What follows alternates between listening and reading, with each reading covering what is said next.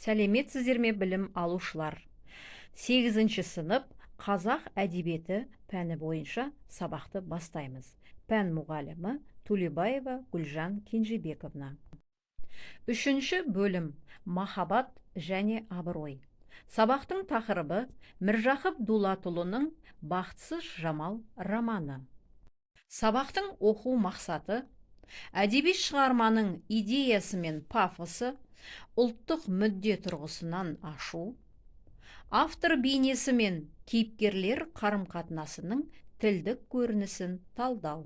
Бағалау критерийлері: шығарманың идеясын ашып, өз ойын білдіреді, өз ойын жеткізуде нақты дәлелдер ұсынады, шығарманың тілдік көрінісін талдай алады.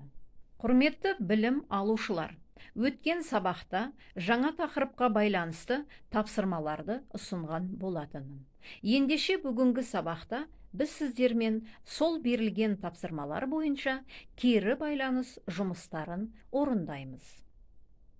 Романның идеясы мен пафостық ерекшелігі неде? Автор шығарманың идеясы арқылы қандай ой айтқысы келді? Романда қай тарихи кезең суреттелген? Не себепті автор романды бақытсыз жамал деп атаған? Романнан қандай ұлттық құндылық көре аламыз? 2-ші тапсырма. Шығарма кейіпкерлеріне берілген мінездемені тауып, кестені толтырыңыздар. Кейіпкерлер: Сәрсенбай, Шолпан, Жамал, Ғали. Дескриптор: шығарма кейіпкерлеріне берілген мінездемені тауып, кестені толтырады. Шығарманың тілдік көрінісін талдайды. Келесі тапсырма сюжет және көзқарас әдісі. Ғали мен Жамал арасындағы сюжеттер, Байжан мен Сәрсенбай арасындағы сюжеттер, Жұман мен Жамал арасындағы сюжеттер. Дескриптор: роман желісі бойынша өздеріне берілген сюжеттерді көрсетіп жазады, сюжетті талдай отырып, тілдік көзқарас білдіреді, тұжырым жасайды, сюжетке тақырып береді. Түсіндірме күнделігі әдісі арқылы сабақты бекітейік. Тапсырма: шығарма туралы ой пікірлеріңізді төмендегі кестеге толтырыңыздар.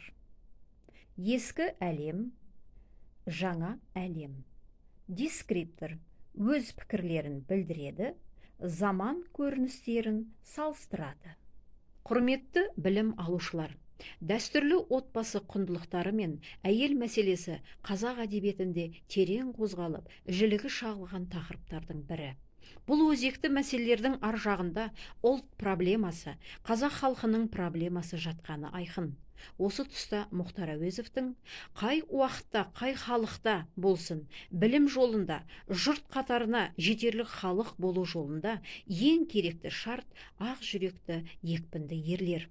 Халықты ілгерілетін дөңгелек солар.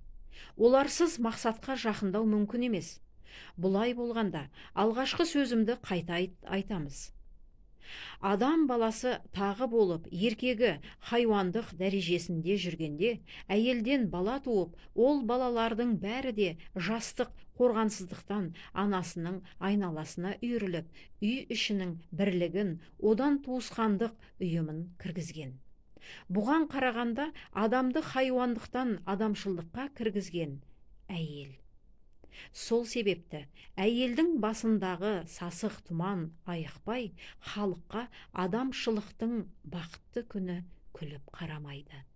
Ал қазақ мешел болып қалам демесеңіз, тағлымыңды, бесігіңді түзе, оны түзеймін десең, әйеліңнің халін түзе деген екен. Бүгінгі сабақты қорытындылай келе, ой таразы әдісі арқылы кері байланыс жасайық. Сабақтан қандай пайдалы жағын алдым, не сезіндім? Ендеше бүгін сабақ аяқталды. Сау саламатты болыңыздар.